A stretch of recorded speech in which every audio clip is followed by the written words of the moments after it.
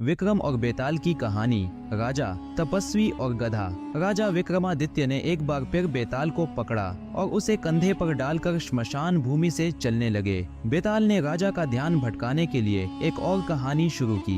बेताल ने कहा, राजन, एक समय की बात है। एक राज्य में एक पराक्रमी राजा राज करता था। उसके राज्य में एक महान तपस्वी रहता था जिसकी सभी लोग पूजा करते थे। तपस्वी का नाम था कौशिक और वह अपनी तपस्या के लिए प्रसिद्ध था। वह दिन रात भक्ति और ध्यान में लीन रहता था। उसकी साधना इतनी प्रभावशाली थी कि वह किसी भी वस्तु को अपने मंत्रों द्वारा वश में कर सकता था। एक दिन एक विचित्र घटना घटी। एक गधा जो तपस्वी के आश्रम के पास घूमता रहता था अचानक बोलने लगा। गधे ने राजा के दरबार में आकर कहा, मुझे राजा से एक निवेदन करना है। मैं एक साधारण गधा नहीं हूँ। मैं पिछले जन्म में एक राजकुमार था। एक श्राप के कारण मुझे गधा बना दिया गया। इस जन्म में मेरी मुक्ति का समय आ चुका है। मुझे मेरी स्त्री के साथ विवाह करने की अनुमति दी जाए, जो अब एक सुंदर राजकुमारी है। राजा यह सुनकर हैरान हो गया, लेकिन उसने गधे की बातों पर विश्वास नहीं किया। उसने गधे को कौशिक तपस्वी के पास भेजा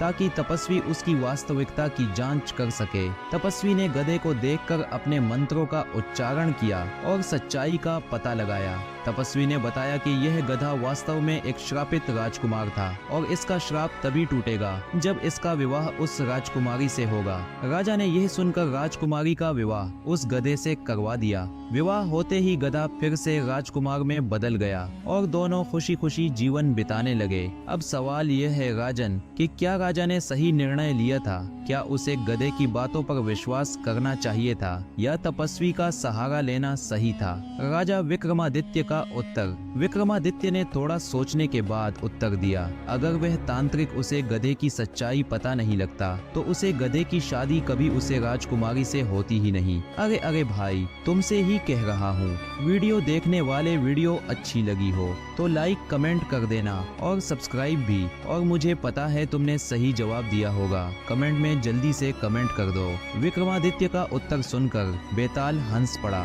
और बोला, राजन, तुमने सही उत्तर दिया, लेकिन इससे मेरी मुक्ति नहीं हो सकती। यह कहकर बेताल फिर से पेड़ पर जा लटका। ऐसी ही मजेदार कहानियां सुनने के लिए हमारे चैनल को सब्सक्राइब करें, लाइक करें, शेयर करें और कमेंट करें। तो देर किस बात की, अभी सब्सक्राइब करें और कहानियों का मजा लें।